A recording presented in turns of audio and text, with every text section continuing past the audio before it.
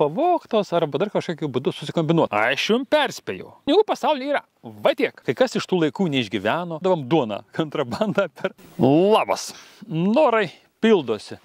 Po žmonės yra toks sindromas arba tokie gyvenime epizodai, kai išgirsti žodžius. Jeigu būčiau žinojęs. Šitas atvejs tinka visiems, bet dažniausiai tai apie tai kalba, kai kalbama apie pinigus ir apie praleistas galimybės užsidirbti pinigų. Jeigu būčiau žinojęs, ten būčiau savo laiku pirkęs tenai nekilnojamą turtą, ten pirkęs žemę, ten į bitkoiną nusipirkęs, dar kažką nusipirkęs. Tai vat pakalbėkim tokią pereisiu retrospektyvą. Maždaug nuo tarybinių laikų iki dabar, kurioje ten vietoje kas ir kaip paėmė mūsų pinigus, arba kaip ir kur mes turėjom galimybę tų pinigų pasimti, bet jų nepasėmėm. Nors kanalas yra apie metafiziką ir apie kitus dalykus, ne vien tik tai fizinius, bet šiame video pakalbėsim grinai apie tokias paprastas elementarias galimybės, kurių buvo gyvenime ir kurių mes dėl vienų ar kitų priežasčių nepasinaudojom. Dėl ko mes jom nepasinaudojom? Velniai žino. Patys prisiminkit savo gyvenimą ir pagalvokit, kas trukdė pasimti tuos pinigus. Kodėl kiti, galbūt jaunesni, galbūt vyresni, galbūt jūsų bendramžiai pasinaudojo tom galimybėm, o jūs, ar aš, nepasinaudojo tom galimybėm. Taip, kad grįžtam, pradėkim, tarkim taip, pradėkim nuo to. Aš nesu kažkoks tai figienas verslininkas, nesu verslo ekspertas, tarkim taip, nesu kažkoks tai figienas ekonomistas. Aš grinai pasakosiu savo paveikslą, kaip aš matau, kokių tų buvo galimybių per mano gyvenimą, kuriuom buvo galima naudotis žmonėm esantiems šalia arba kažkur tai tiek.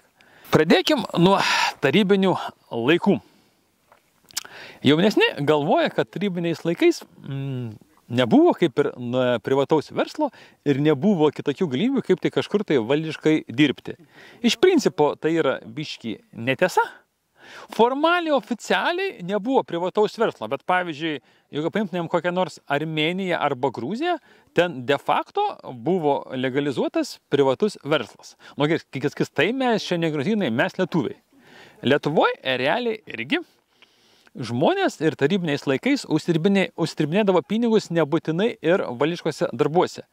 Netgi buvo tokie dalykai, kurie Lietuvoje, nežinau, buvo ar nebuvo tokių veikėjų, kurie šalia esamų gamyklų, cechų ar dar kažko tai atidarydavo tokius taip nelegalius cechus ir ten kažką tai gamindavo, ir dažniausiai iš medžiagų, kurios būdavo gamykloje. Arba nurašytos, arba pavogtos, arba dar kažkokiu būdu susikombinuotos. Vienas dalykas. Kitas dalykas niekur nedingo, pavyzdžiui, dabar randuosi prie jūros, ta pati Palanga, tikriausiai čia Nida, Juodkrantė ir visas kitas, privatus sektorius vasarą nuomodavo savo kambarius, kaip ir dabar tą daro. Tas buvo, ar greičiausiai, kas esat vyresni, teko tokiu verslu privačiu trims laikais naudotis. Pavyzdžiui, mano vienas iš senelių, aš jaučiu net nežinau, kad ten kažkur tai dirbtų valdiškai. Jis visą gyvenimo siuvo vyriškas kelnes. Jis gyveno tik tai Rokiškio rajone, kaime, bet kažkaip iš to uždirbdavo. Nežinau, gal ir vaikščiau, dabar man pačiam pasidarė įdomu. Reikės pasiklaus, kai grįšiu pas tėvelius, ten seneliai turėjo valdišką darbą ar ne?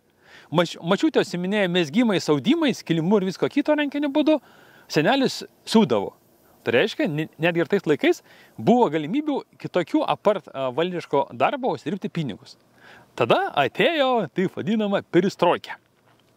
Ir buvo legalizuoti cechai, tie, kurie buvo nelegalūs arba pradėjo kurtis naujus, ir atsidarė kooperatyvai. Ir tuo metu žmonės pinigus darėsi, to prasme, neregėtais mastais. Irgi, galimybės buvo. Kažkodėl tai ne visi pasinaudojo. Kažkas pasinaudojo, kažkas nepasinaudojo. Atėjo nepriklausomybė. 90 metai. Ir tada prasidėjo ryšiai tarp gamyklų dar visko griuvo ir prasidėjo prekyba.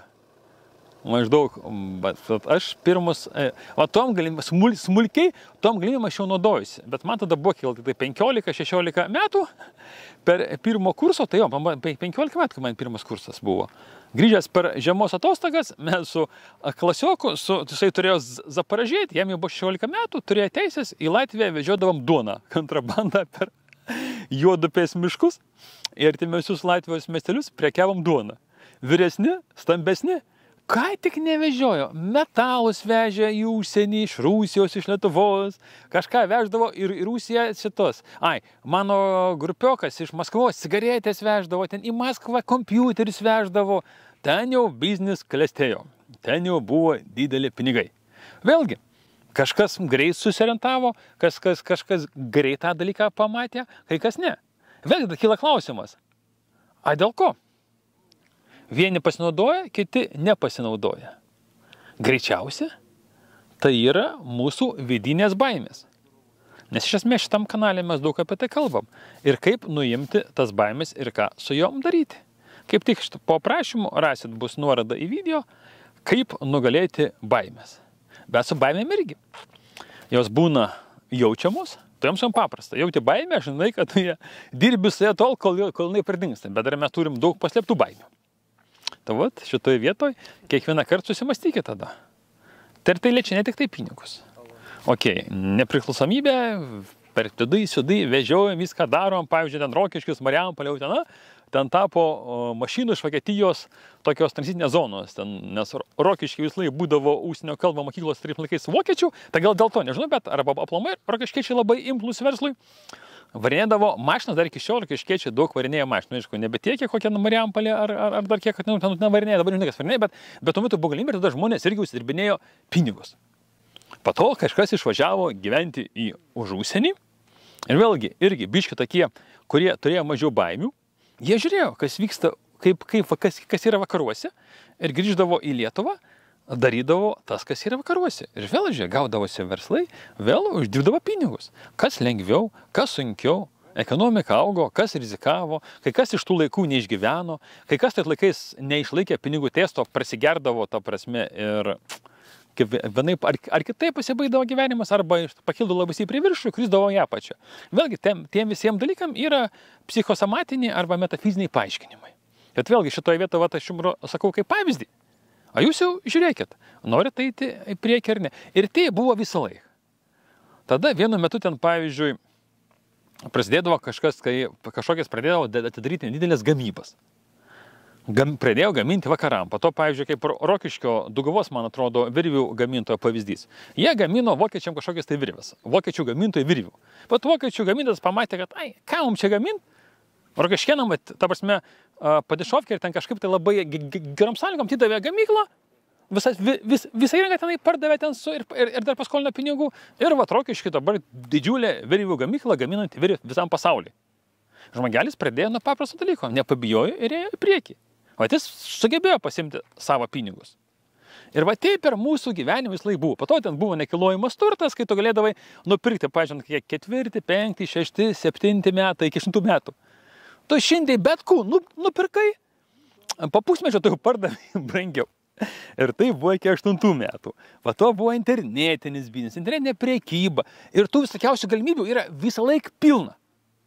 Ir netgi dabar, kai tie laikai, šiaip dabar, pažiūrėjau, Juodkrantė, Nyda, čia kaip tai vadinasi, Preila, tarsi Nydo išneku su visais verslininkais, sakė, taip, liūdna, kasmet pardavimai mažėja. Bet taigi, kai mes jau perėm visą perspektyvą, mes matom, kad vienos galimybės pranyksta. Pavyzdžiui, prekybos Rusija dabar, kai kas prekiauja, kai kas neprekiauja dėl kitų priežasčių, vėlgi dėl vidinių ar išorinių priežasčių. Bet atsiranda kitos galimybės. Tad šitoje vietoje, kaip būtų galima tą visą dalyką reziumuoti. Man, pavyzdžiui, labai įdomu, kur padėti mūsų, jūs arba mano pinigai, žiūrint į ateitį. Pabandom komentaruose pakomentuoti, kur daliau bus pinigai ir iš ko bus daromi pinigai. Va čia, man atrodo, yra šiuo momentu, bent jau, yra du dalykai, į ką reikia žiūrėti. Pirmas dalykas, kodėl, jeigu, pavyzdžiui, dabar jūs nepatenkinate savo finansinę padėtim, kai kas, tai aš netigimiau, ne tuo gimiau, ne su tais gimiau, ne ta šeima, dar kažkas kitas kaltas, tai jiems čia nėra kas veikti. Bet jeigu iki šiol, kiek pasiėmėt pinigų iš pasaulio, dar jums yra mažai ir jūs labiau norit ieškoti fizinių priemonių, Sakyt, metafizika čia fignia, čia negali pačiupinėti, duok man fizinių priemonių. Kur padėti mano pinigai? Tai vat pažiūrim, kas mūsų laukia ir kur padėti pinigai, kad vėl po pusmečio, po metų, po 2 ar po 3, nereikėtų sakyti, jeigu būčiau žinojęs, aš jums perspėjau. Paimam ir žiūrim. Ir jeigu pamatot, po to žiūrit, dėl ko nedarot veiksmų. Greičiausiai bijot. Taip pat, mėlyje, rašom, kur jūs matot pinigus ir dėl ko neinat ir jų nepasiemat. Ko reikia jūsų manymu padaryti, kad jūs nuveitumėt tos pinigus ir pasimtumėt. Arba kas jums trukdo. Ir po to pažiūrim, ar galim pašalinti tas kliūtis, kurios jums trukdo nuveiti ir pasiimti jūsų pinigus. Nes pinigų pasaulyje yra va tiek. Tik tai reikia eiti ir pasimti. Bet tada klausimas, ar jūs žinot, kam jums reikalingi pinigai? Šūra, kam to pinigai? Pas tavo fantazijos nėra.